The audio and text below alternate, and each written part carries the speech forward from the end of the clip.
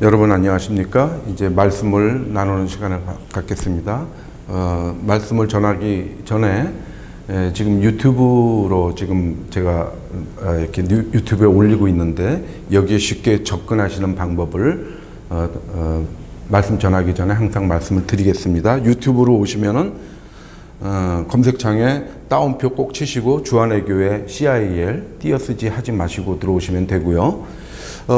이것이 더 편리한 것 같습니다. 저도 써보니까 인터넷에 들어오셔가지고 인터넷 검색창에 그냥 소문자로 CIL.KR 이렇게 치시고 엔터 치시면은 이렇게 제가 강론한 것들이 이렇게 세트로 쭉 나오게 됩니다. 여러분들 그렇게 알아두시면 되겠습니다. 오늘 말씀을 전하겠습니다. 제가 지금 계속해서 산상수훈의 8가지 복에 대해서 말씀을 드리고 있습니다. 지난 시간에는 의에 줄이고 목마른 자 중에서 의에 줄이고 목마른 자가 말씀드릴 게 내용이 많아서 다 드리지 못했고 반 정도만 드렸습니다. 거기 지난주 말씀드린 것을 잠깐 리뷰하고 오늘의 말씀으로 들어가겠습니다. 의에 대해서 의에 줄이고 목마른 자는 복이 있나니 그들이 배부를 것이며가 본문 말씀이죠. 산상수훈에서 나오는 말씀이죠. 거기서 우리가 알아봐야 될 것이 의와 배부름에 대해서 우리가 알아보기로 했죠. 거기에서 먼저 의에 대해서 말씀을 드렸는데 지난 시간에 용어 해설을 했고요. 그 다음에 2가지 의에 대해서 말씀드렸죠. 의는 성경에서 말하는 의는 하나님의 의와 자기의 2가지가 있다고 그랬죠. 그 중에서도 자기의는 또 세상의 의와 율법의 의로 나뉜다고 했습니다. 제가 분류를 한 것입니다. 이것은 그래서 자기의 세상의 의에 대해서 잠깐 살펴봤었고요. 그 다음에 율법에 의해 대해서 우리가 상고해봤습니다. 율법은 죄의 자각이라는 것이죠. 율법으로는 의를 얻을 수 없다라는 것이 주제였습니다. 그 다음에 그 율법에 의해는 율법뿐만 아니라 율법과 전통이 있어서 모세오경은 율법이고 미시나 탈무드 이것은 전통으로 봐야 되죠. 오히려 유대 사람들은 이 율법의 속박뿐만 아니고 자기네들이 그 사회 시스템을 유지하기 위해서 만들어 놓은 관습이나 이런 전통들 그런 것도 엄청난 속박으로 다가왔었죠. 그래서 예수님께서 그것을 다 없애시고 율법을 마치신다는 그런 내용이었습니다. 그래서 율법의 마침의 그 하이라이트는 뭐냐면은 이것이죠. 주 너의 하나님을 사랑하라. 내 이웃을 내 자신같이 사랑하라. 이 둘법이 율법과 선지자의 강령이다. 모든 율법과 선지자니까 구약은 이 2 문장 하나님을 사랑하는 것과 내 이웃을 내 자신과 같이 사랑하라라는 2 말씀을 줄거리로 해서 거기에 매달려 있다라는 거죠. 강령이라는 것은 그런 뜻이죠. 이게 줄거리라는 겁니다. 거기에 다 부수적인 것들이 매달리고 있고 이 말씀 2 계명에 매달리지 않고 있는 다른 율법들. 그러니까 이 사랑의 메시지와 별개인 것들은 예수님께서 다 폐하신 거죠. 그거는 마침표를 찍으신 거죠.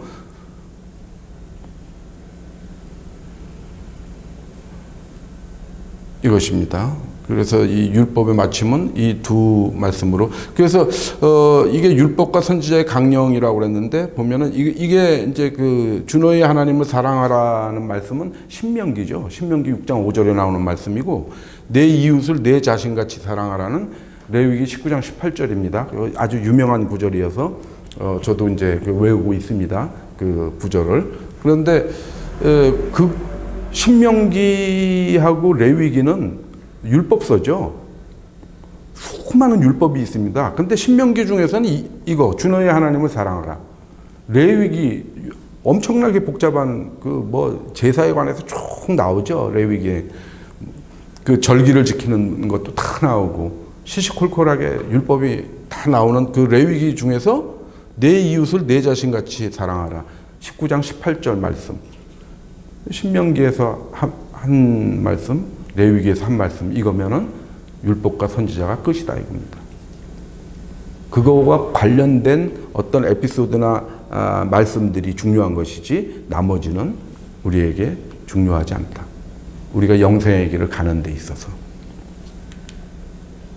그래서 자기 의를 세우는 바리새인에 의해 사람 앞에서 스스로 옳다 하는 자들, 자기가 의롭다 하는 자들 안 된다는 것이죠. 그래서 그들한테 경고하는 게 의인은 없다. 이 세상에 의인은 없다. 의로운 척 하지 마라 이거죠. 그 다음에 그 자기 의라는 게 잘못된 지식에서 비롯한 의라고 했는데 요거만 잠깐 리뷰를 하면은 올바른 지식을 따라서 하나님께 열심히 있어야 되는 것이지 하나님의 의를 모르고 자기 의만 세우려고 하면서 열심히 있으면은 오히려 이렇게 사도 바울처럼 교회를 박해하는 불상사가 일어나죠. 이 무지라는 것은 뭐냐면은 자기 할 일에 대한 무지를 얘기합니다. 무슨 학식이 뭐 풍부하고 뭐 그래서 뭐 많은 걸 알아야 뭐 그 사람이 열심히 일해도 되는 자격이 있다 이런 거 아닙니다. 가령 뭐 냉면 육수 잘 못 빼는 사람이 냉면집을 차려가지고 했는데 망하겠죠. 냉면 육수 잘 맛있게 못 뽑으니까. 근데 그 사람이 그 경영학 박사였습니다.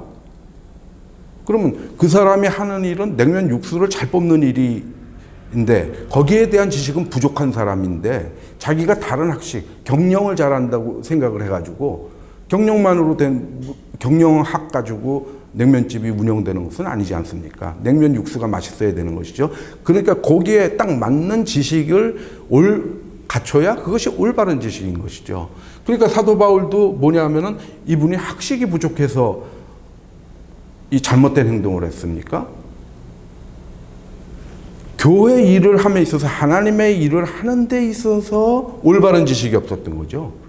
다른 지식은 굉장히 풍부한 그런 분이었지만 그래서 이분은 율법의 의가 올바른 지식이라고 생각했을 때 교회를 박해하는 불상사가 일어났던 것이죠. 그래서 우리는 항상 교회 일을 하고자 할 때 그래서 우리가 항상 점검해 봐야 될 것이 하나님의 일이 무엇이고 하나님의 뜻이 무엇인가 그것을 살펴봐야 되겠죠. 그래서 우리가 항상 성경을 멀리하면 안 되는 게 그 모든 것이 올바른 지식이 다 올바른 지식은 예수 그리스도를 아는 지식이기 때문에 예수 그리스도를 우리가 알려면은 올바른 지식을 가지려면은 우리가 교회를 하는데 맞는 우리의 직능에 맞는 지식을 가지려면은 성경을 항상 열심히 봐야 되는 것이죠. 그리고 깊이 사색하는 그런 습관을 가져야 되죠. 그래서 보면은 올바른 지식의 마지막에 오직 그리스도를 믿음으로 말미암은 것이니 곧 믿음으로 하나님께로부터 온 의라. 이제 연결이 되겠습니다. 하나님께로부터 온 의, 하나님의 의에 대해서 오늘 같이 말씀을 나누겠습니다. 하나님의 의란 무엇이냐? 제가 정의를 이렇게 했죠. 모든 믿는 자에게 구원을 주시는 하나님의 능력이다. 이것이 하나님의 의다. 하나님의 의는 딴 게 아니고 모든 믿는 자에게 예수 그리스도를 믿는 자에게 하나님을 믿는 자에게 구원을 주시는 하나님의 능력이다. 제가 이것을 철학적 사고를 해서 나온 문장이 아닙니다. 로마서에 이렇게 나오고 있죠. 이 복음은 모든 믿는 자에게 구원을 주시는 하나님의 능력이 됨이라. 그러니까 믿는 자에게 구원을 주시는 하나님의 능력이 무엇이냐? 복음에는 하나님의 의가 나타나서 이렇게 설명하고 있지 않습니까? 그러니까 여기에서 이것을 잘 우리가 이 말씀을 잘 우리가 보고 상고를 하면은 하나님의 의라는 것이 결국은 모든 믿는 자에게 구원을 주시는 하나님의 능력이다. 우리가 이렇게 그 정의를 내릴 수가 있겠죠. 그래서 보면은 로마서 3장 22절에도 나오죠. 하나님의 의가 뭐냐? 예수 그리스도를 믿음으로 말미암아 모든 믿는 자에게 미치는 것이죠. 하나님의 의는. 근데 모든 믿는 자에게 미친다. 영향을 미치는데 무엇입니까? 구원을 주시는 거죠.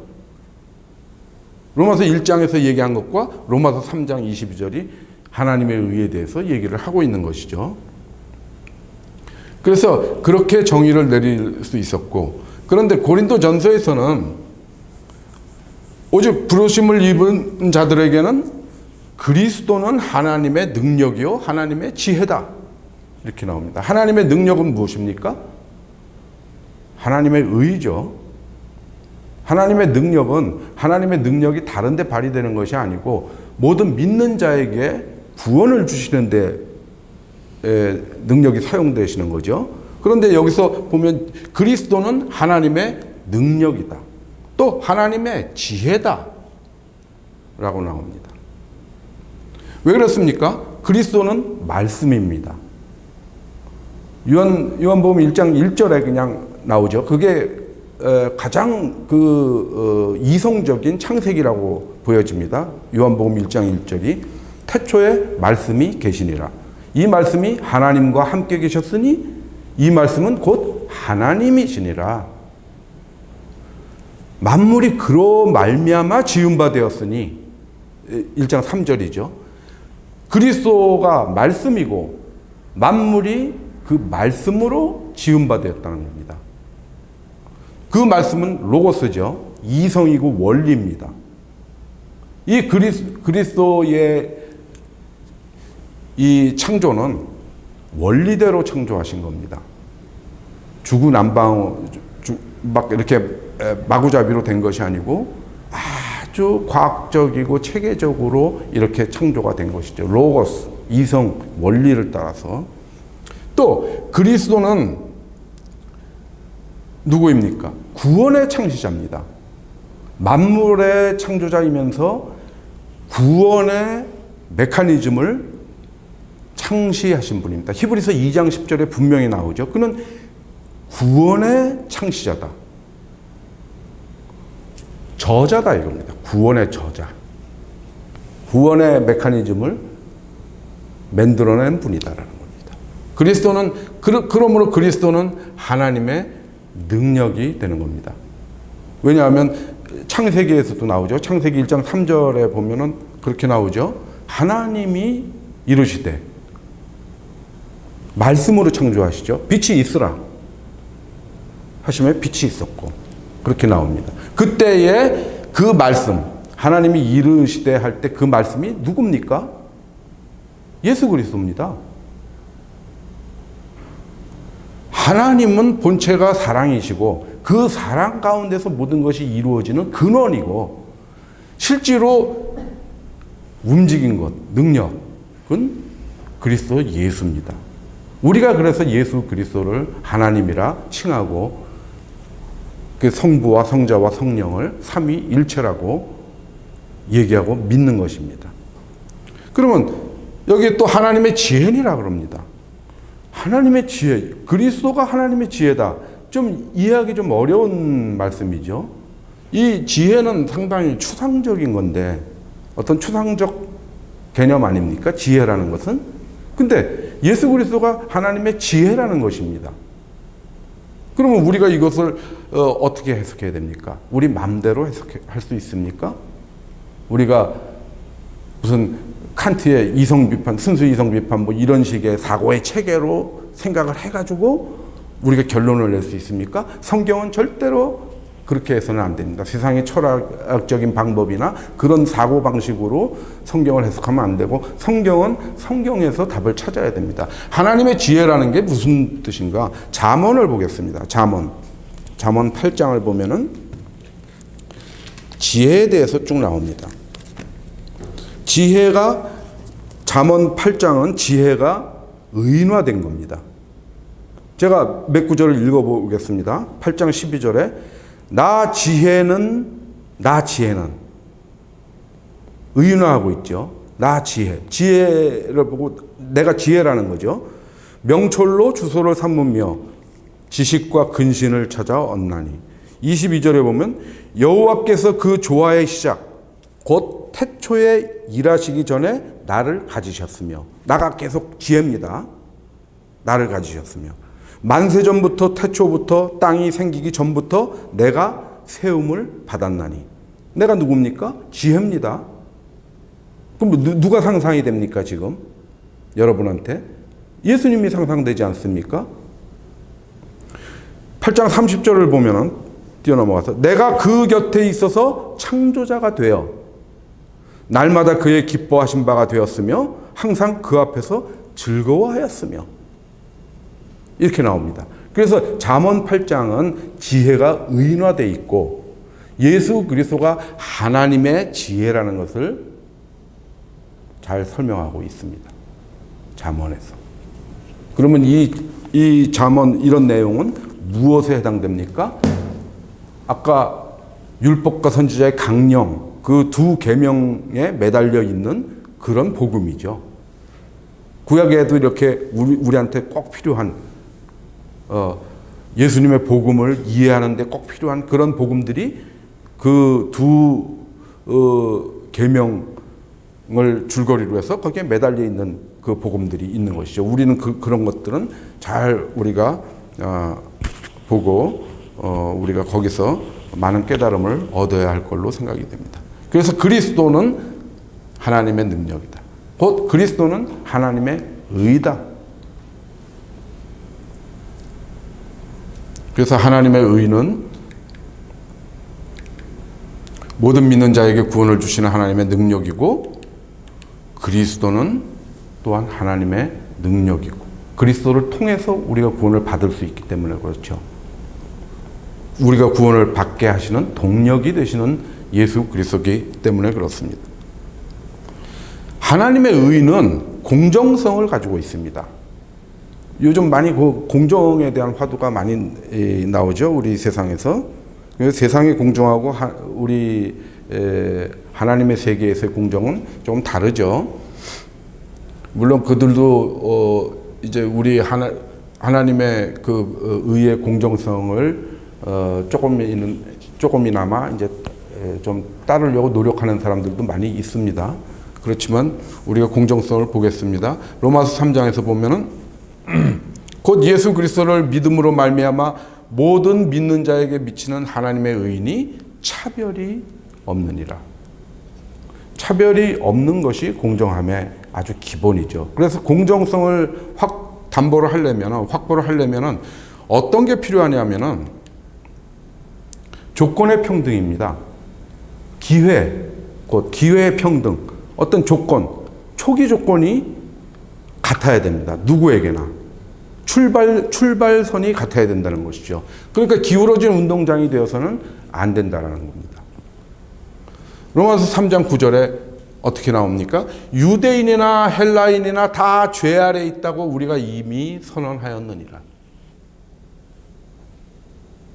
유대인이나 헬라인이나 똑같은 선상에서, 모두 죄인이라는 선상에서 하나님의 의를 얻고자 출발하게 되는 것이죠. 경기를 시작하게 되는 것입니다. 그러니까 그러면 어떠하냐? 우리가 나은 조건을 갖고 있느냐? 아니라는 거죠. 똑같은 조건, 평등한 조건, 조건의 평등이죠. 이런 데서 출발을 하는 것이죠. 그래야만 공정성이 담보되는 것입니다.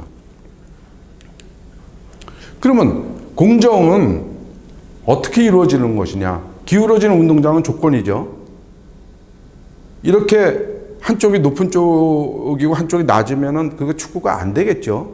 브라질 대표팀하고 우리나라 대학팀하고 해도 아마 이길 겁니다. 위에서 밑으로 내려오는 선수가. 그거 엄청나게 이제 불공평한 건데, 일단 평평한 운동장을 만들어 놨죠. 모두 죄 아래 있으니까. 평평한 운동장인데, 거기에서 이 과정의 공정이 필요한 것입니다. 과정이 공정해야 되죠. 그래야 결과가 정의롭게 나오겠죠. 근데 과정은 이게 행위에 대한 것입니다. 어떤 행위를 하면은 어떤 반칙을, 이제 평평한 운동장에서 뛰다가 어떤 반칙을 하면 누구에게나 똑같이 룰이 엄격하게 적용돼야 됩니다. 그래서 백태클을 하면은 퇴장이다. 그럼 백태클 하면은 퇴장을 시키는 겁니다.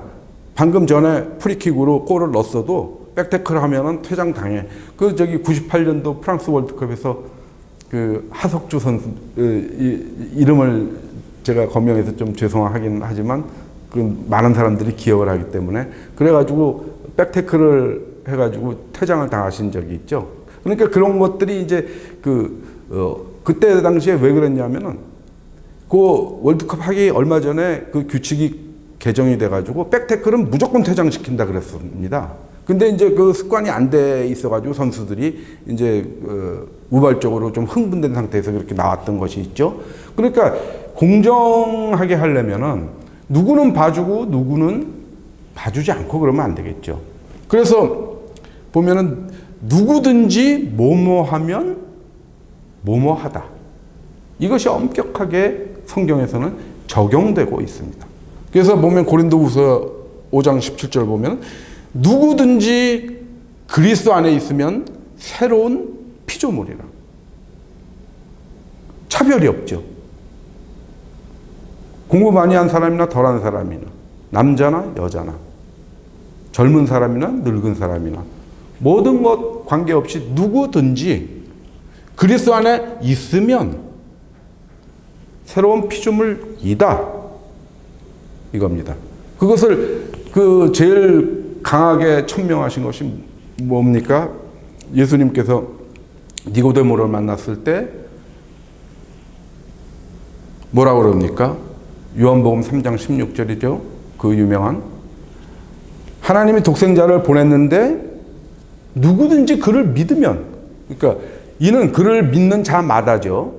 성경에 이제 성경 구절에는. 근데 그것이 뭡니까? 누구든지 그를 믿으면 이죠. 뭐뭐 하면 멸망하지 않고 영생을 얻게 된다. 라는 겁니다. 누구든지. 그리스도 예수 안에 있는 조건들도 다 그렇게 성립됩니다. 누구든지 그 말씀을 지키는 자는 하나님 안에 있게 된다는 겁니다. 그리스도 안에 있는 거죠. 누구든지 예수를 하나님의 아들이라 시인하면 누구든지 하나님 안에 있게 된다. 그리스도 안에 있게 된다는 거죠. 누구든지 사랑하는 자는, 사랑 안에 거하는 자는 하나님한테 거한다. 요한 1서에 나오는 말씀이죠. 2장, 4장에 나오는 말씀인데 그리스도 안에 있어야 될 조건 자체도 공정한 룰이 적용되죠. 누구든지 그 말씀을 지키면, 예수를 하나님의 아들이라 시인하면, 우리가 사랑 안에 거하면 그리스도 안에 있게 된다. 그것은 차별이 없다. 이것이 하나님의 의의 공정성입니다. 그래서 모든 믿는 자에게 미치는 하나님의 의는 차별이 없는 것입니다. 하나님의 의는 모든 믿는 자한테 구원을 주시는 거죠. 그 구원을 주시는 요건에 대해서 얘는 되고 얘는 안 되고 차별이 없는 것이죠. 그래서 나중에 예정과 더불어 우리가 상고해야 될 이런 주제입니다. 예정론과 더불어.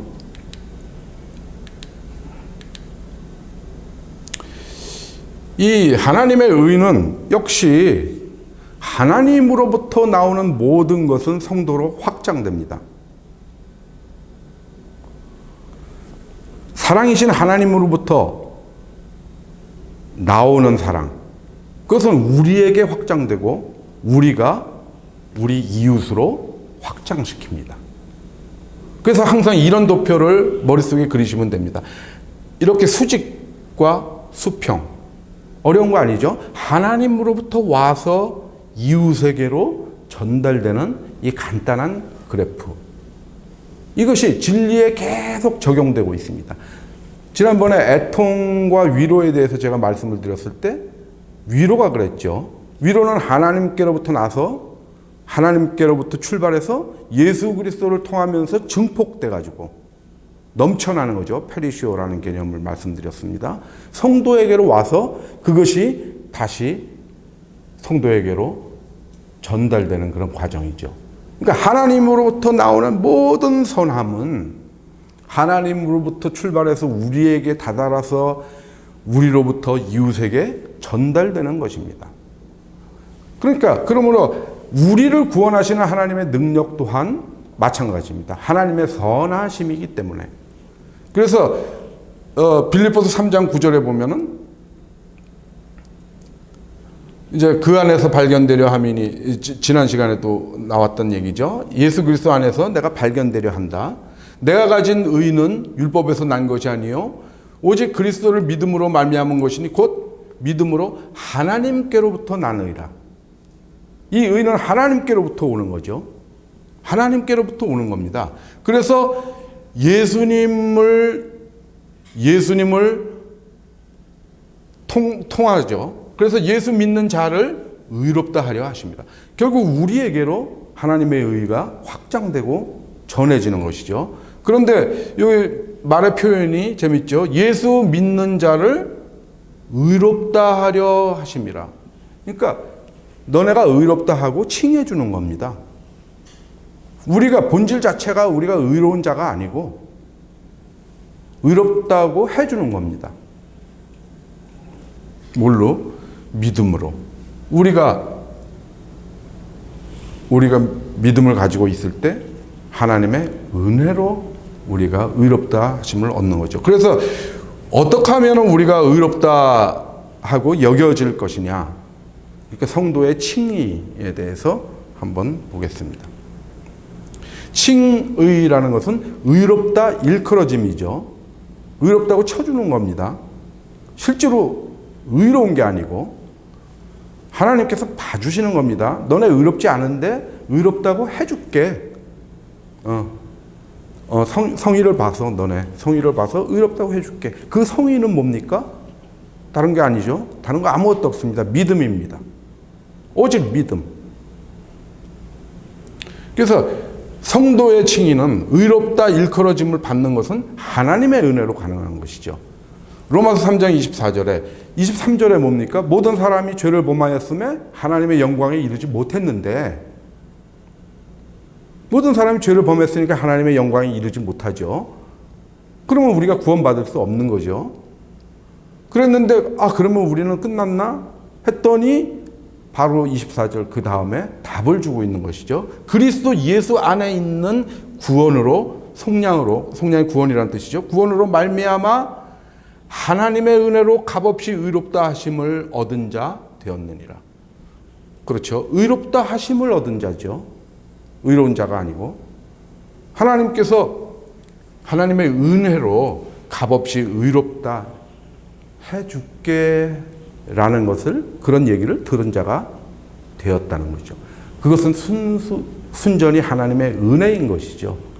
우리가 노력해서 얻은 거 아니고.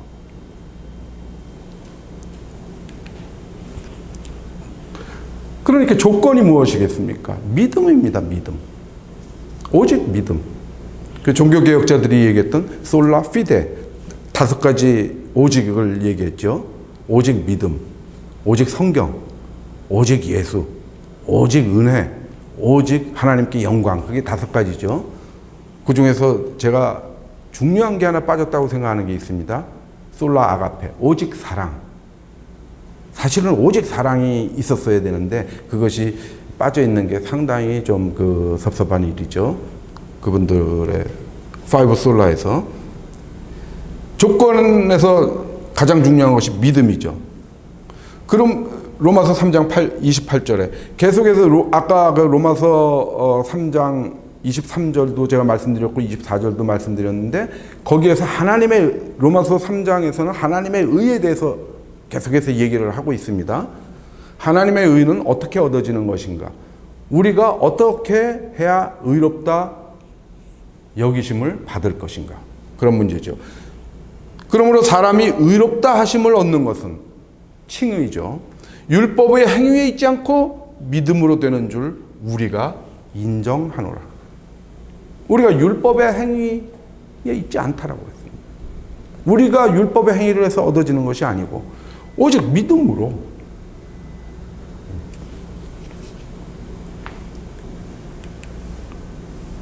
그런데 상당히 당황스럽습니다. 사도 바울께서는 오직 믿음으로, 율법의 행위에 있지 않고 행위로 얻어지는 게 아니고 오직 믿음으로 의롭다 하심을 얻게 된다고 그랬는데, 야고보께서는 정반대의 얘기를 하고 있습니다. 이로 보건대 사람이 행함으로 의롭다 하심을 받고 믿음으로만은 아니니라, 이렇게 얘기하고 있습니다. 행함으로 의롭다 하심을 받는다는 겁니다. 사도 바울은 뭐라 그럽니까? 오직 믿음으로 받는다는, 이게 대충돌 아닙니까? 사도 바울과 야고보의 견해가 대충돌하고 있는 것처럼 보입니다. 그러나 실상은 야고보께서 자기 서신에서 이렇게 쓴 것은, 야고보서가 로마서보다 한 몇 년 뒤에 써진 거죠.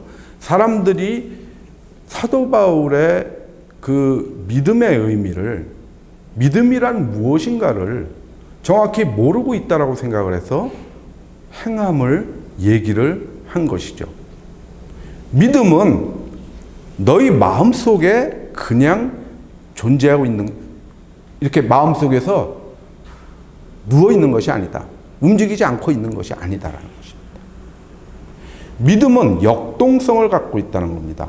믿음은 움직이는 것이라는 겁니다. 믿음은 활동성을 갖고 있다는 것입니다. 그 얘기를 하고 싶어서 야고보께서 이렇게 쓴 겁니다. 그러나 대충돌하는 것처럼 보이죠. 야고보서에서 잠깐 보겠습니다. 야고보서 2장에 이제 쭉 그 믿음과 행함에 대해서 나오는 장이죠. 야고보서 2장이 17절, 이게 아주 대표 구절이죠. 이와 같이 행함이 없는 믿음은 그 자체가 죽은 것이라. 행함이 없는 믿음, 즉 움직이지 않는 믿음은 죽은 거라는 겁니다. 22절에 보면 내가 보거니와 믿음이 그의 행함과 함께 일하고, 행함과 함께 일한답니다. 행함으로 믿음이 온전하게 되었느니라. 행함으로 믿음이 온전하게 된다는 겁니다. 행함은 믿음을 증명하는 거라는 얘기죠. 다시 위로 좀 올라가면 18절에 어떤 사람은 말하기를 너는 믿음이 있고 나는 행함이 있으니 행함이 없는 내 믿음을 내게 보이라. 너는 행하지 않고 있는데 네가 믿음이 있다고 그러는데 네 믿음을 내게 보이라.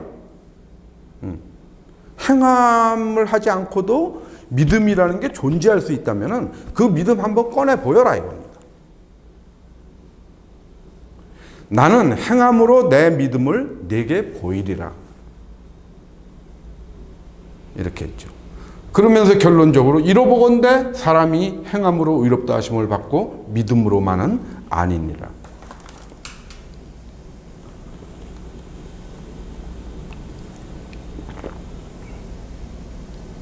제가 입이 자주 마르는 관계로 물을 좀 마셔야 되겠습니다.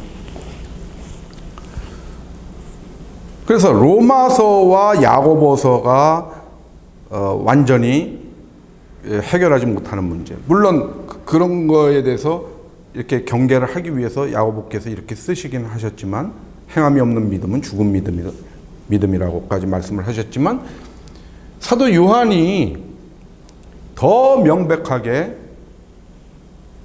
이것에 대해서 해답을 주고 계십니다.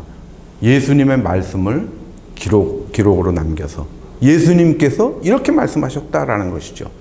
예수께서 대답하여 이르시되 하나님께서 보내신 일을 믿는 것이 하나님의 일이다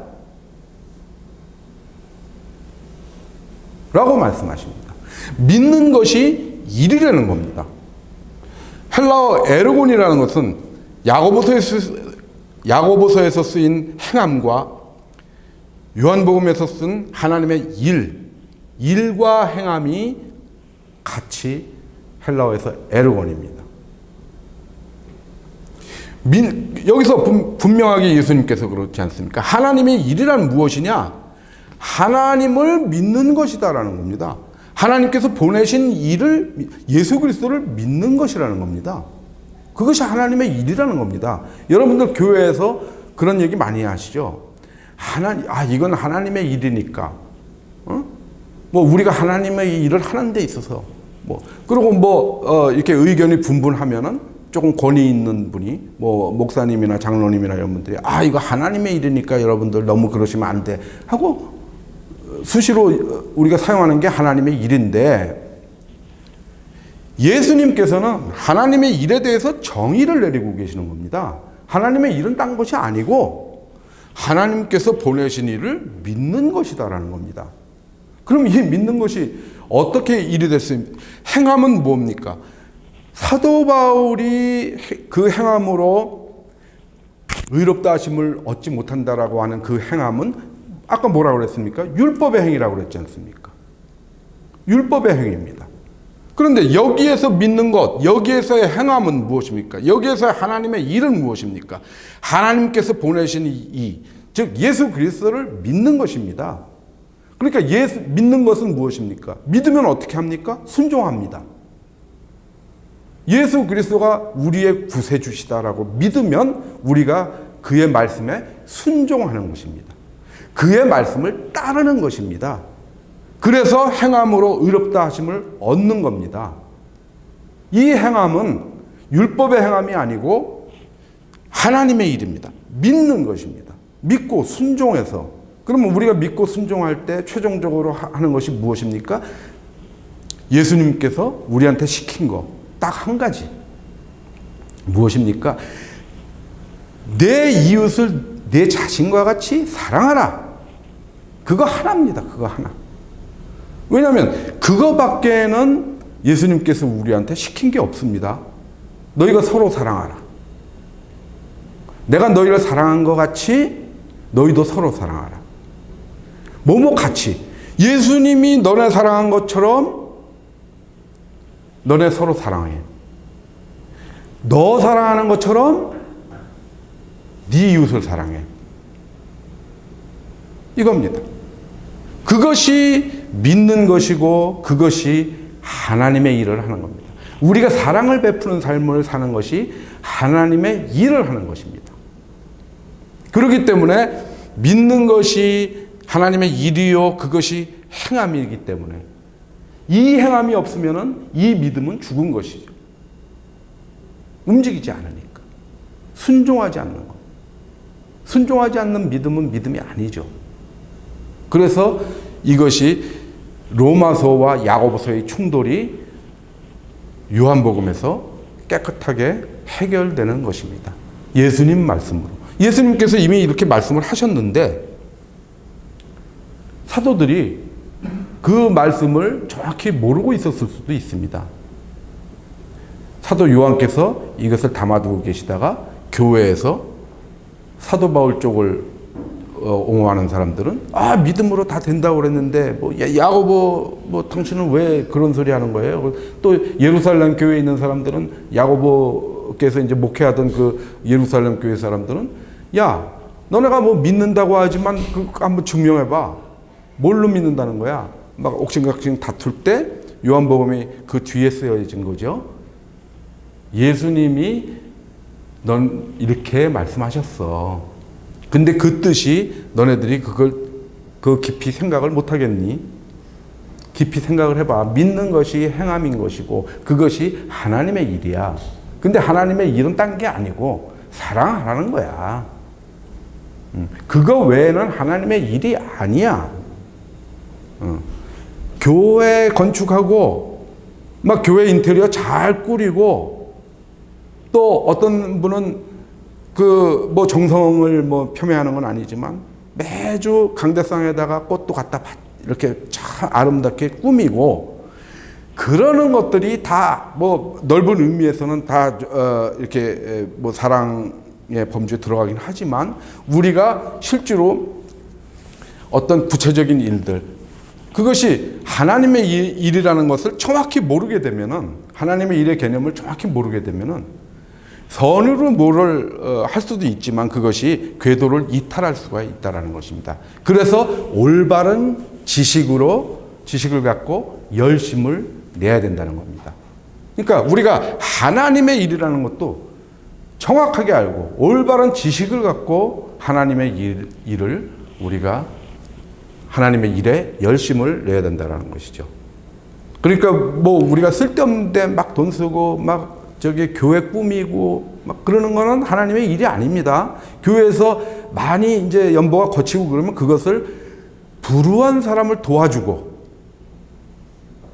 그런 것들은 또 젊은 청년들을 교육하는데 돈을 쓰고, 그들을 잘 양육시켜서 하나님의 아들로 잘 양육시키기 위해서 돈을 쓰고, 뭐 그런 것들, 뭐 여러분들이 뭐 저보다 더 훨씬 현명하신 분들이니까 그 쓰임새는 이제 제가 이 취지를 말씀드리면 잘 아시겠죠. 이 취지대로 쓰여지는 그것들이 값어치 있고, 그것이 하나님의 일을 하는 것이죠.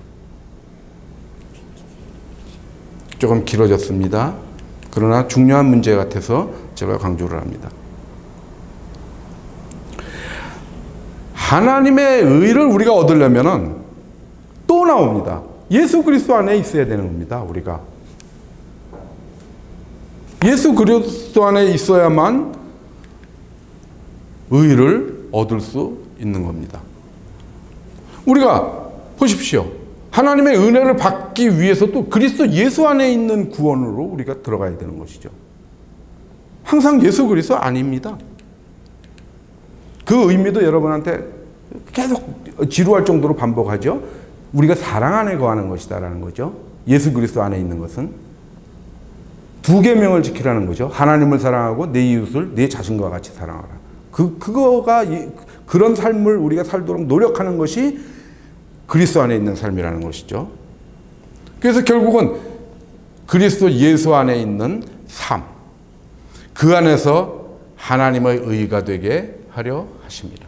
여러분들이 이 성경 두 구절을 조금 읽으면서 여러분 나름대로 또 새기고 상고를 하시기 바랍니다.